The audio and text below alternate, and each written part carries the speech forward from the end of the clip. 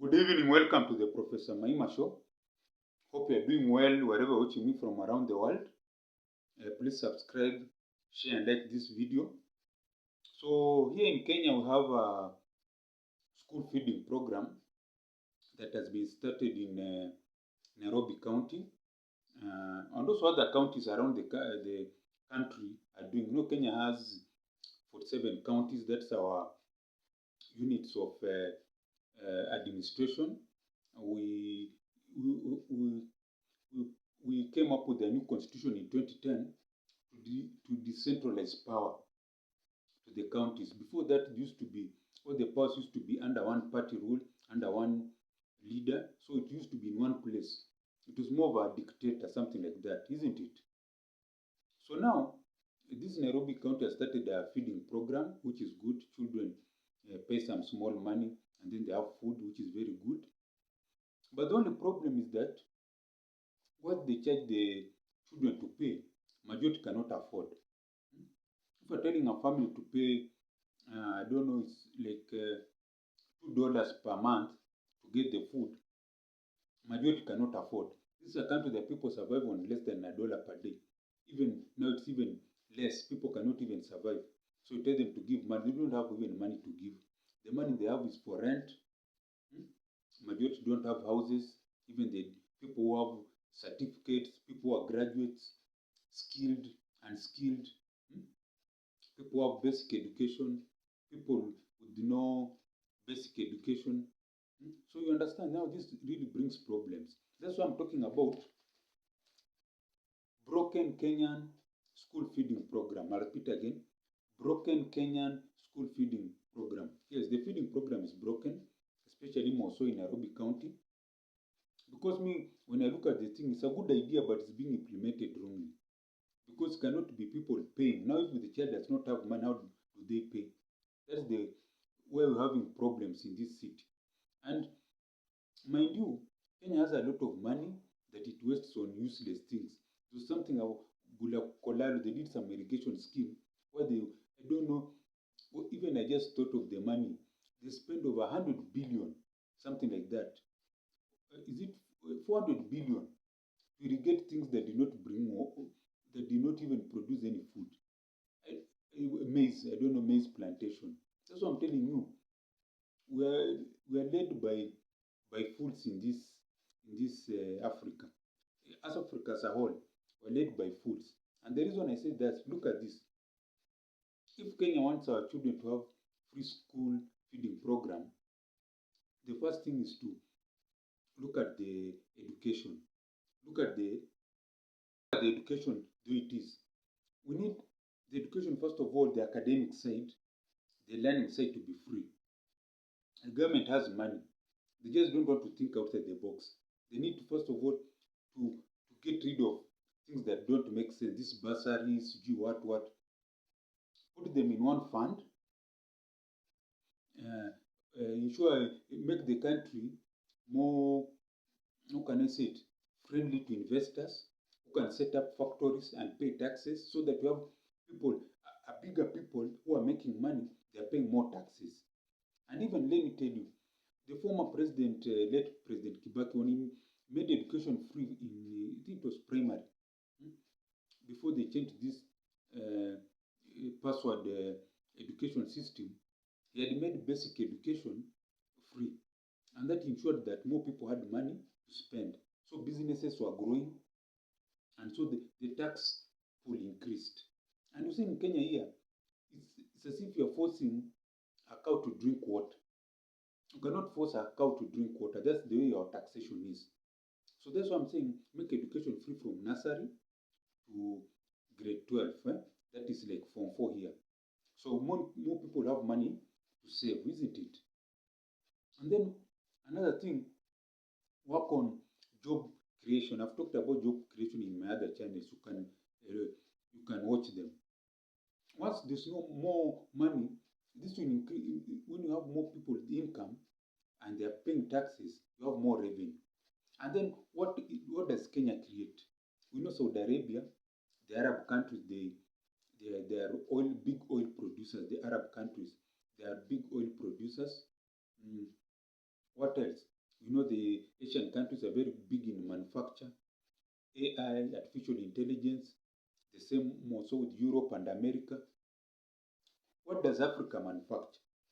Me, even me, are falling into the trap. You have your certificates, you have your papers, you are moving around to get a job. There are no jobs, isn't it? So if Kenya was really industrializing, even people like us who are in arts, you can get jobs like even in communication of companies, in in whatever in various in the supply field, in the marketing departments. You understand? People with these courses of communication can get jobs there. So that it doesn't mean that all of us just have to be like in the school. No, we'll go into various fields. And in fact, with industrialization, it will mean more other uh, sectors will grow, whether hospitality, hmm, whether you are talking of more schools, more colleges that will employ now teachers like me. So I'm defending myself. So back to my point, I'm doing the weave like Donald Trump, the way he says. So once you make the education free, it will mean that people have more money. Then now, how do we implement this school feeding program? That's what I'm talking about. Broken Kenyan school feeding program. Government has to incentivize farmers to produce a lot, do value addition. You see, if you are buying from a farmer the raw material, raw food, raw harvest, they don't make money. But if in the local counties or the localities they have value addition industries, it means the farmers can own. I want to see farmers who are growing maize in a certain area. There's a factory there and they have shares. Wouldn't that be good for them? Not just selling their harvest and it's done. That will mean they'll have more money, isn't it? That's what I'm talking about. The Broken Kenya School Feeding Program. So there's more food, value addition. So your food is cheap. So these programs that are supported for school feeding will be able to get the food easily and also have variety. In this school feeding program in Nairobi, that's our good governor started, Sakaja, that is his name, Honorable Sakaja. What is happening is that children eat just carbohydrates, that is rice and beans, full stop, from Monday to Friday, until you wonder if beans will grow in their stomachs. There should be other things like, I don't know, there should be something like milk, even when they're having, or let's say when they're having their lunch, before they have their lunch, they can even during the day they can have tea with milk. They can have maybe once a week meat. So it's even fruits. You understand? If the government does what I'm talking about in terms of what's the word? In terms of more production in the farm production, isn't it? So now, once that is done, and the school feeding program is going because no government has money to buy the food, children are having a balanced diet. Now that thing will be successful. And the reason I talk about this, there's a country known as India. You know, India, Kenya should learn from India. When it got its independence, it had a this for the Gen Zs, it had it's called what? Prime Minister Nehru. He came up with a plan to develop India, to industrialize it in a space of 20 years. And they used their manpower, they used their resources. So India now is now about to be the first world. It's more of a middle income country, middle income.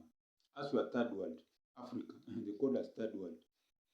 So very soon in the next 10 years, India will be a superpower and it will be a first world if they can just get the order in place in terms of housing, things like ensuring that they have good infrastructure, houses, but they'll be what?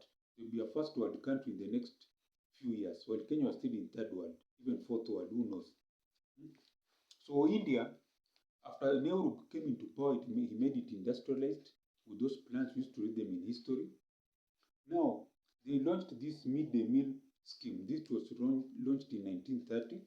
So the midday meal scheme, let me read you about this feeding program in India so that you learn. The program supplies free lunches on working days for children in government primary and upper primary school. Just what we are trying to do here. Serving 120 million children. Kenya is a population of 50 million people. I don't think even our children in school are more than even 5 million. If you take, they are more than even 10 million. And this one serves 120 million children in over 1.27 million schools. That's in India, and educational schemes. So serves over 20 million children in over 1.27 million schools and educational centers. The midday meal scheme in India is the largest of its kind in the world. You see, India now, someone can argue India is industrialized, but now on the other side they have a very big population, while Kenya is a very small country with a small population.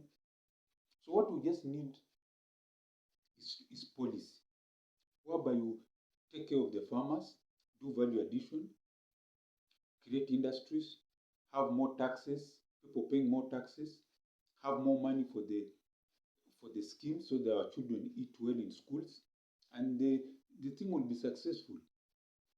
But as you see now, these things of ours, the program, the way I see it, may just collapse because it's tied to what Sakaja is tied to the efforts of Sakaja, Governor Sakaja. If he leaves office, who knows? Maybe the other person who will come into power may change, may scrap it, they may say there's no money, isn't it? So that's what I'm saying. Broken Kenyan school feeding program. And this can be solved easily if you have leaders who have good policy, because everything begins and ends with agriculture. I've always said the problems in Kenya begin and end with agriculture. Sort out agriculture, sort out the farmer, they produce more, they do value addition, more industries, more money for the government, and then the government can sponsor a school feeding program that's completely free. Like this midday meal scheme in India is completely free, and it serves over 20 million children.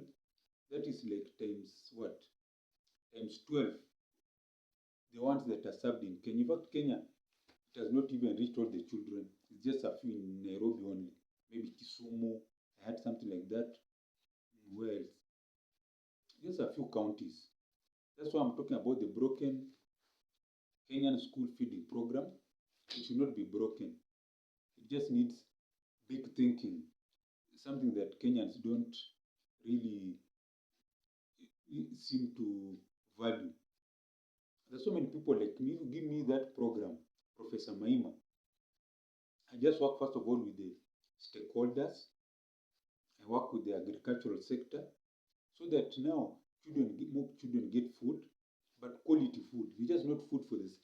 You're just eating to fill your stomach. No, these children need balanced diet to avoid malnutrition. They need proteins, vitamins. They need lunch that is planned. At 10 o'clock, what are you eating? Are you having tea with milk? Are you having maybe a slice of bread? At lunchtime, what are you having? When you are leaving school, are you having something? You understand? This is what I'm talking about. Broken Kenyan school feeding program that needs to be fixed. The way Trump is saying in America, fix. You broke it, I'll fix it. That's what we're talking about. So this is the Professor Maima show. Hope you have enjoyed what you have heard.